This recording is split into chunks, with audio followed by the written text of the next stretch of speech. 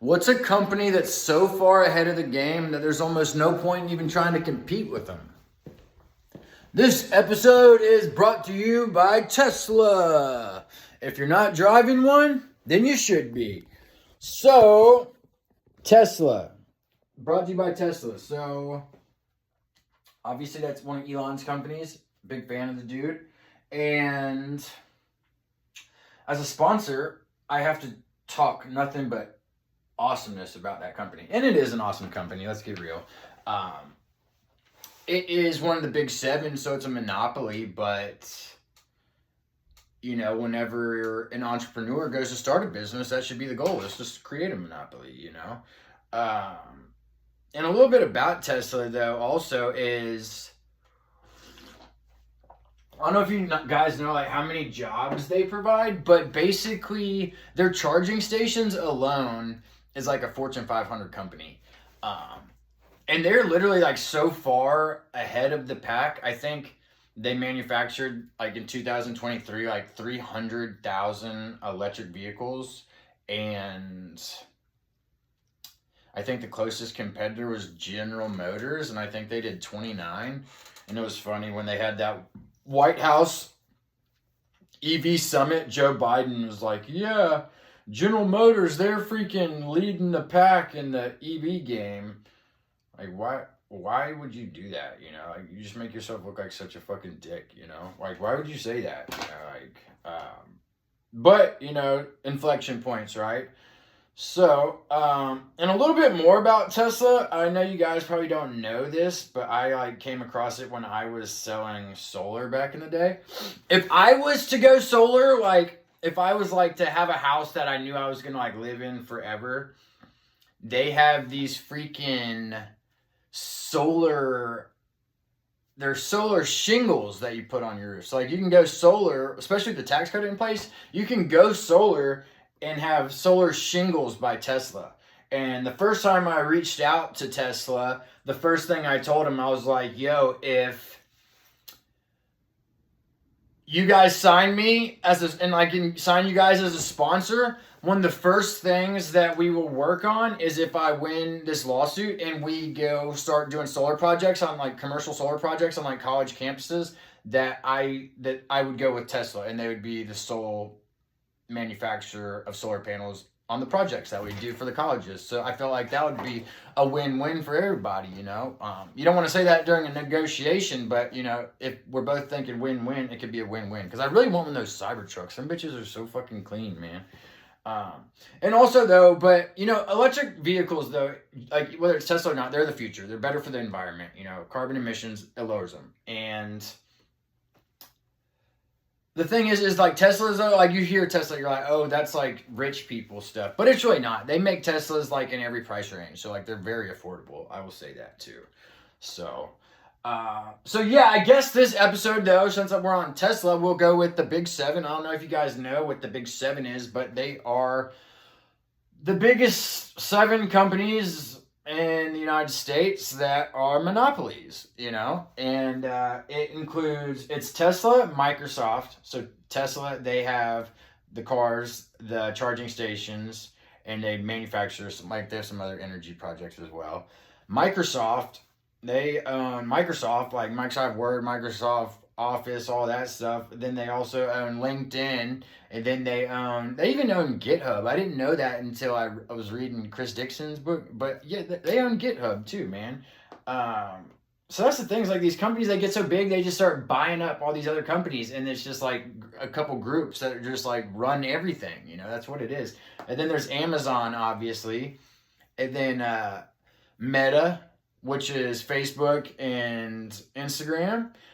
One thing I do like that they're doing though is like the AR stuff with like the Ray-Bans, like the Ray-Ban AR glasses. I haven't seen them yet, but I heard like they're just like regular glasses and you can like hear music with nothing in your ears, you know. So I really want to get a pair. I think that's pretty cool. And then who else is there? X. Okay, so we're gonna talk about X, some more Elon stuff. Okay, so X. Okay. I don't know if you're on X or not, but if you are on X and you're not paying for premium, then you should be paying for premium, okay? Because I mean, look at the dude. He has a space company. I was listening to one of his interviews the other day, and minimum, in best case scenario, 5 years, there's going to be humans on Mars. Worst case scenario, 10 years. That's where we're at with everything. Like, people don't realize, like, how close that we actually are to this stuff. So, yeah, and obviously he's got Starlink with the satellites, providing internet and everything. So, like, he's, like, you got to, like, pay attention to, like, what he's doing. And I know he's got, like, really good team of advisors and everything. I'd like to invest. And, but yeah, man, like they're doing their thing. But X, okay, so we'll like I know like the goal for like Instagram, you know, Meta, Facebook, TikTok, all of them is they all want to be America's WeChat, okay? And WeChat is a Chinese app, and what it does is okay, so do you remember so it's like a social network combined with an Amazon, you know? Okay, so let's like think back in the 90s, like late 90s, I guess you could say. And everyone would go to the mall together, and it would be like a big social experiment, like a social gathering, you know, and everyone would like show each other their clothes, and it would be, you know, hey, do you like this?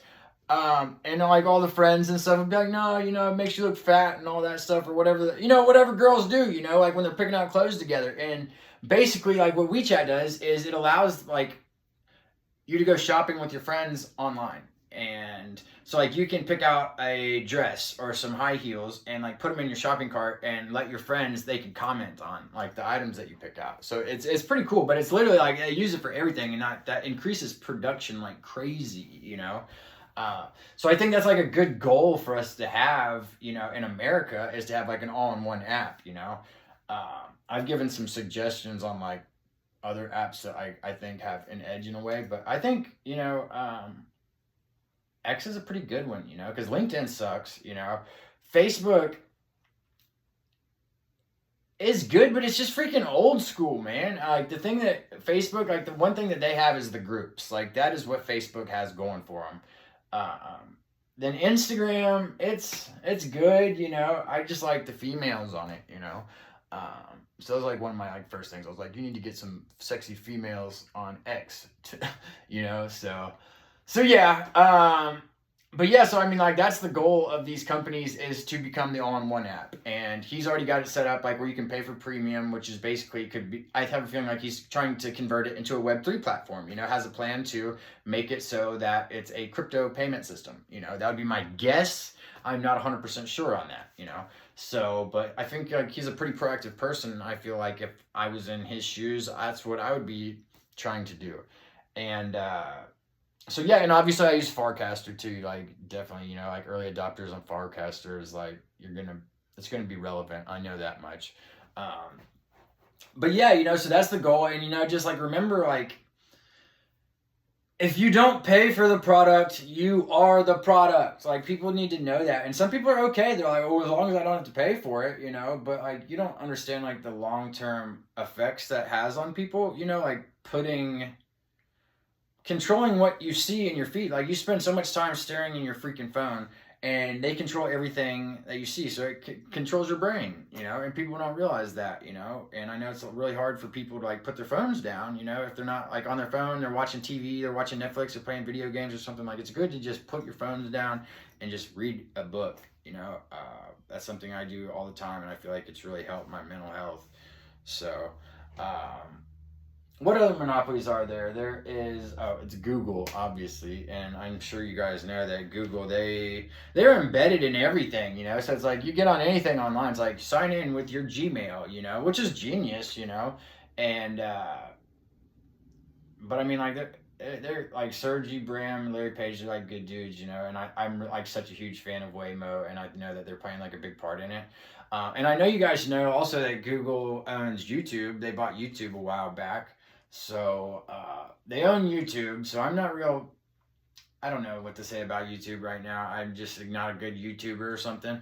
But yeah, you know, so I'm going to spend the rest of the day. I am working on quotes, like legitimate quotes for the companies that I'm hoping to sponsor me. And basically what I'm proposing is a small signing bonus for like the real estate on my websites.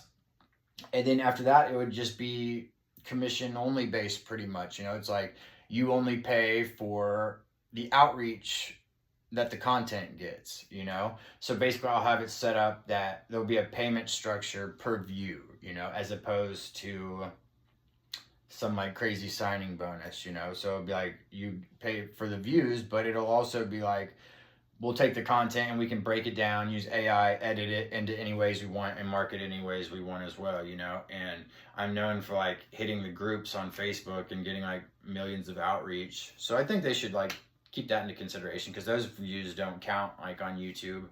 Um, and I'm still like trying to get onto Spotify and Apple Podcasts as well, you know? But I'm really wanting like, I know it's like weird because like I'm just like on my show, you know, like some freaking asshole, you know, but like I think I want to, with the signing bonus, I want to get some like microphones, maybe like a good place with some lights and like, but it's like I know there's like levels to it, but it's like okay, well who's in my level to get an interview with, you know, like some authors. I mean even if we start like on FaceTime calls or something like that, but um, I need to get more human interaction other than me and my show just like talking to my freaking self and this phone, you know. So yeah, that's about it, you know.